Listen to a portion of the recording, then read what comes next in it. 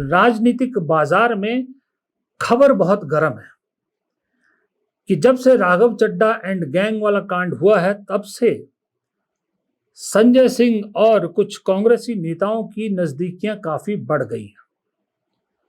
मैं और मेरे जैसे बहुत से पत्रकार पहले भी कई बार कह चुके हैं कि संजय सिंह नेता अच्छे हैं लेकिन गलत पार्टी में, वक्ता अच्छे हैं लेकिन गलत पार्टी में है। और अक्सर संजय सिंह को लोगों ने कांग्रेस के साथ कनेक्टेड महसूस किया है कि इनकी सोच कांग्रेस से मिलती जुलती है। और संजय सिंह ने भी नेहरू, इंदिरा गांधी, इन सब की तारीफें करने में कभी कंजूसी नहीं बरती है, लेकिन बीजेपी के खिलाफ हमेशा वो मुखर रहे हैं। कभी भी बीजेपी के लिए संजय सिंह का सॉफ्ट कॉर्नर नहीं दिखा है। इसलिए बीजेपी में जाने की तो संजय सिंह की संभावनाएं लोगों को कम लगती है, लेकिन कांग्रेस में आने की संभावनाएं बढ़ गई है। कुछ लोगों का कहना है कि संजय सिंह अभी नहीं आएंगे कांग्रेस में, अभी उनका राज्यसभा का टेन्योर बचा है, क्योंकि उन्हें फिर अपने साथ एक और लाना पड़ेगा। 3 जो बचे हुए सांसद है उसमें से 2 लाने पड़ेंगे, तब जाके जो है वो एंटी डिफेक्शन लॉ लागू नहीं होगा। अकेले नहीं आ सकते वो, तो वो राज्यसभा का टेन्योर पूरा करेंगे अपना, उसके बाद फिर कांग्रेस के साथ आएंगे। लेकिन इतना जरूर कहा जा रहा है कि संजय सिंह अब ज्यादा दिन आम आदमी पार्टी के साथ नहीं है, ये भी तय है अभी, क्योंकि सबसे मुखर अब जो चेहरा है आम आदमी पार्टी का वो संजय सिंह ही है। राज्यसभा में क्या, लोकसभा में भी, संसद में वही दिखते हैं, संसद के बाहर भी, और विपक्ष में भी उनकी बहुत अच्छी रेपुटेशन है। हर पार्टी के साथ उनके अच्छे संबंध है, सब उन्हें बहुत उससे देखते हैं। और याद कीजिए जब वो धरने पे बैठे थे, जब उनका निलंबन हुआ था, तो सोनिया गांधी उनसे मिलने गई थी। इमरान प्रतापगढ़ी संजय सिंह के साथ बैठे थे, धरने पर बैठे थे, याद होगा आपको। आम आदमी पार्टी के हरभजन सिंह, राघव चड्ढा, ये कोई नहीं बैठा था, कांग्रेस के नेता बैठे थे, कांग्रेस के सांसद उनके साथ बैठे थे, सोनिया गांधी मिलने गई थी।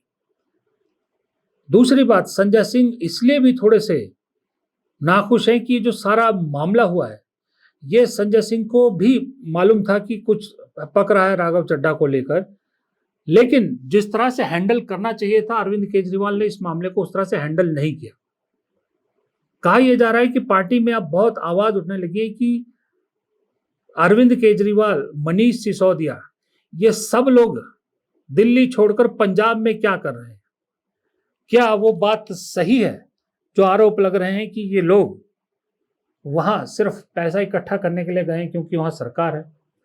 पंजाब सरकार के पैसे से गुजरात में जाते हैं अरविंद केजरीवाल, पंजाब सरकार का हेलीकॉप्टर इस्तेमाल करते हैं, अपने आप को आम आदमी कहने वाले, मफलर मैन कहने वाले अरविंद केजरीवाल छोटे मकान में नहीं रह सकते।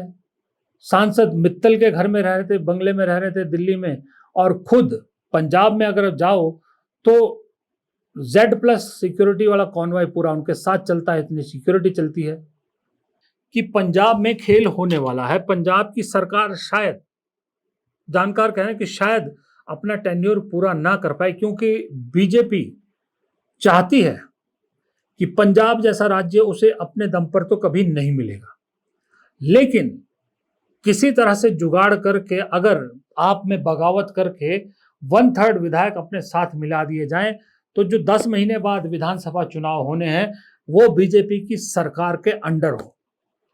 उससे फिर बहुत संभावनाएं बढ़ जाती है कि सरकार रिपीट हो, या बहुत खेल करने की संभावना बढ़ जाती है।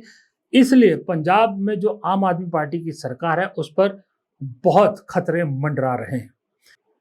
कभी वैगनार में चलने वाले को इतनी सिक्योरिटी की क्या जरूरत है, इतने लाव लश्कर या इतने लग्जरी या इतना वो जीने की इतने बड़े बड़े शौक क्यों पाल लिए हैं। संजय सिंह अपने घर के बाहर फक्कड़ नेता का बोर्ड लगाते हैं जब ईडी आती है, लेकिन उन्हीं की पार्टी का जो सर्वे सर्वा है वो इस तरह की जिंदगी जीना चाहता है। और दूसरी बात, जो बीजेपी ने शीश महल वाले आरोप लगाए हैं, उन आरोपों से भी अब तक निकल नहीं पाई है आम आदमी पार्टी। ये भी संजय सिंह को खटक रहा है। दूसरी बात, संजय सिंह को यह भी खटक रहा है कि धीरे धीरे अब ये पार्टी सिर्फ और सिर्फ केजरीवाल और मनीष सिसोदिया तक सीमित कर रह गई, बल्कि सिर्फ केजरीवाल तक सीमित रह गई है। लोग धीरे धीरे छोड़ के जा रहे हैं, अच्छे लोग छोड़ के जा रहे हैं, और जिस मकसद से यह पार्टी बनी थी, उस मकसद से कहीं दूर होती जा रही है। इसलिए भी संजय सिंह अनकंफर्टेबल है। तो राज्यसभा का टेन्योर पूरा होने का इंतजार है, उसके बाद संजय सिंह शायद आपको कांग्रेस में नजर आएंगे। और मुझे ऐसा लगता है कि कांग्रेस को भी संजय सिंह को खुले हाथों से अपनाना चाहिए, क्योंकि संजय सिंह जैसे वक्ता, सही में मैं आपको बताऊं, अब मुझे नहीं मालूम मास लीडर कितने हैं, वो कभी टेस्ट नहीं हुए, लेकिन वक्ता भी बहुत काम करते हैं, बहुत चाहिए होते हैं वक्ता, अच्छे वक्ता चाहिए होते हैं।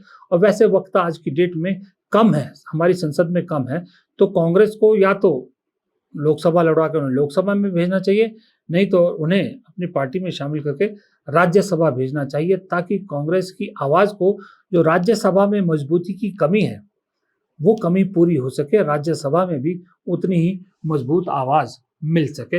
ये फिलहाल लग रहा है जो सिनारियो बन रहा है। लेकिन इतना जरूर है कि केजरीवाल साहब का कांग्रेस को जो तंज है वो आज भी मुझे नहीं भूल रहा है।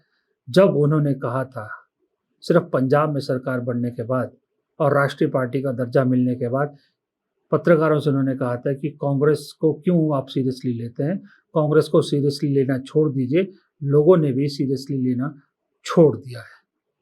इसलिए बुजुर्गों ने ठीक कहा है कि बड़े बोल नहीं बोलने चाहिए। कई बार वो बड़े बोल खुद पर ही भारी पड़ जाते हैं। नमस्कार।